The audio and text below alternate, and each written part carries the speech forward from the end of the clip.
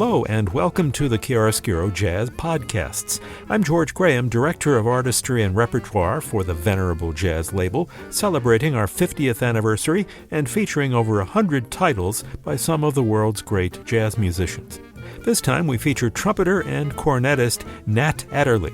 Best known for his work with his older brother Julian Cannonball Adderley, Nat Adderley was a significant figure in the jazz world in his own right and a composer of several pieces which have become jazz standards such as Work Song, Jive Samba, and Sermonette.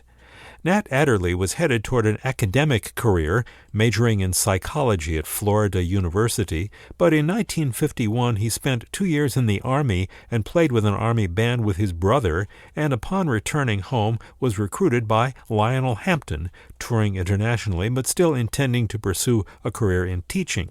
But on a trip to New York in 1955, the Adderley brothers sat in with bassist Oscar Pettiford and soon began to attract attention, including recording offers. The brothers formed the Cannonball Adderley Quintet in 1956, but by 1959, Cannonball had become a part of Miles Davis's seminal group who recorded the Kind of Blue album. But later they reformed the quintet and helped to found the soul jazz movement with such hits as Mercy, Mercy, Mercy, written by pianist Joe Zawinul, who would later go on to form the fusion group Weather Report. After Cannonball's death in 1975, Nat did some teaching at Harvard and launched his own quintet, which went through various incarnations over the years. He was also a busy sideman and appeared on over 100 albums as either a leader or sideman. Nat Adderley recorded an album for Chiaroscuro in 1994 at the Floating Jazz Festival on a cruise in the Caribbean. His group included Vincent Herring on alto sax, someone who's become a major figure on the instrument in jazz, Bob Bargad on piano, Walter Booker on bass, who was a part of the Cannonball Adderley Quintet in the 1960s, and Jimmy Cobb on drums. Here from that performance is a Nat Adderley original called Plum Street.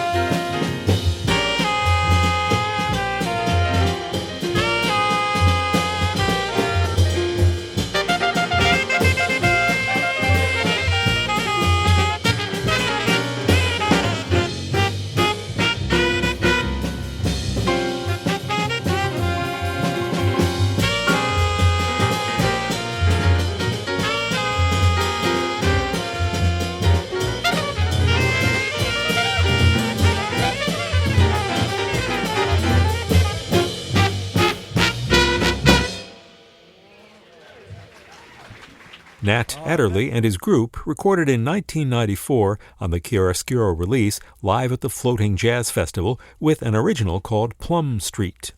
One of the distinctive features of Chiaroscuro CD releases is the Jazz Speak track, in which the artists talk about their music in their own words. On this release, Nat Adderley tells a story of learning a lesson from Dizzy Gillespie. Cannonball and I went to New York, went in the club. First night, Oscar Pettiford was working there, Kenny Clark, and Horace Silver. And somehow we managed to, in order to cut out a lot of stuff, we managed to work ourselves up to the bandstand.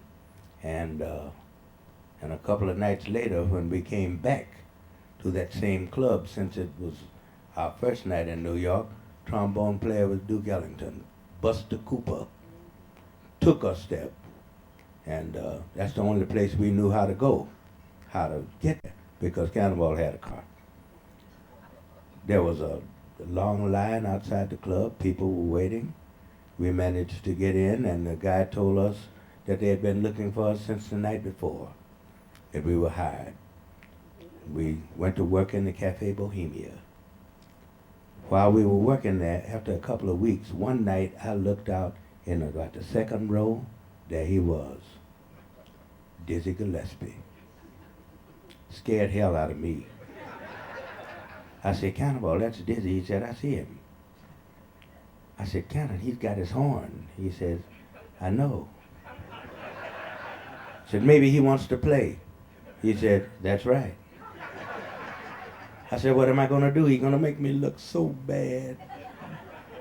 Cannon said, I'm going to tell you once, I'm only going to tell you one time. Whatever you do, don't let Dizzy play first.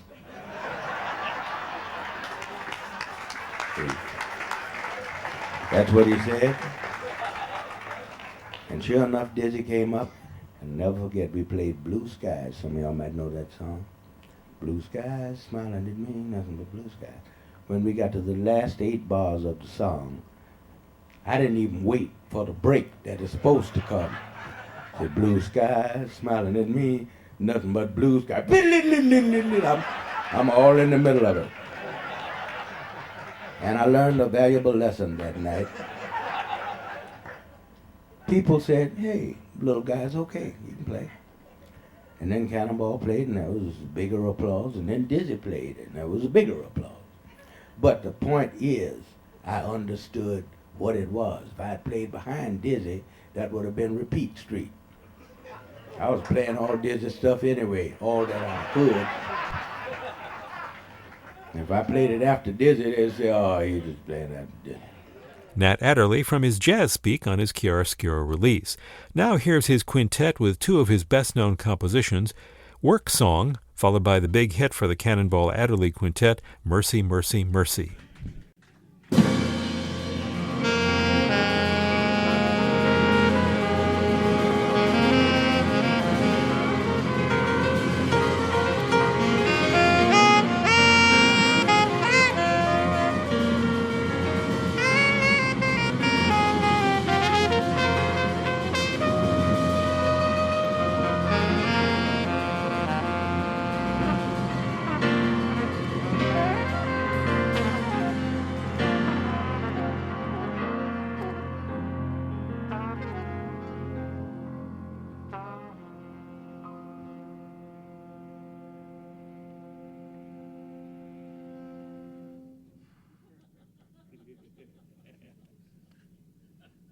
Younger, you can hold the note a little longer.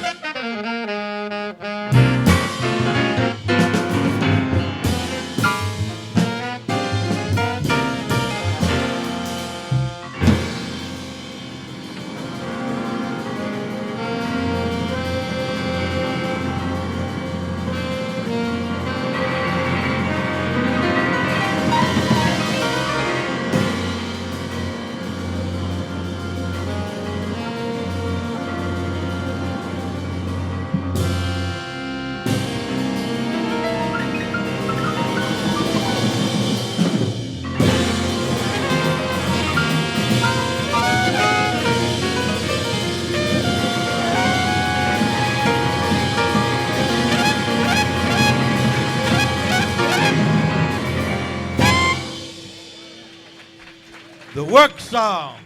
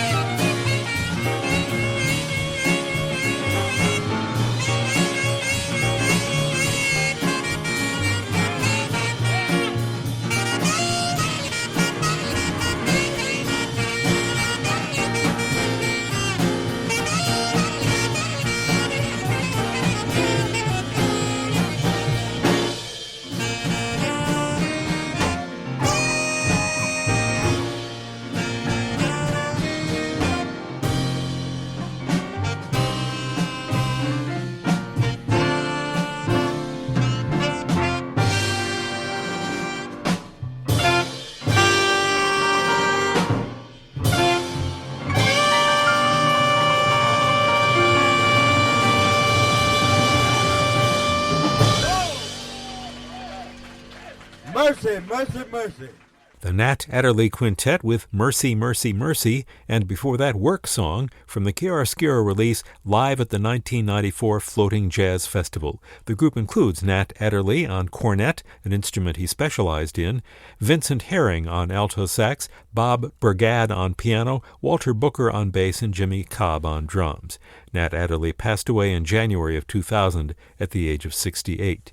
You can find Nat Adderley's Live at the 1994 Floating Jazz Festival and many other Chiaroscuro releases on our website, chiaroscurojazz.org, where you can find a searchable database of the artists and music on the label, lots of other information, and more of these podcasts. The albums are available on CD, as a download, and streaming on Spotify, Apple Music, Amazon, and other popular platforms.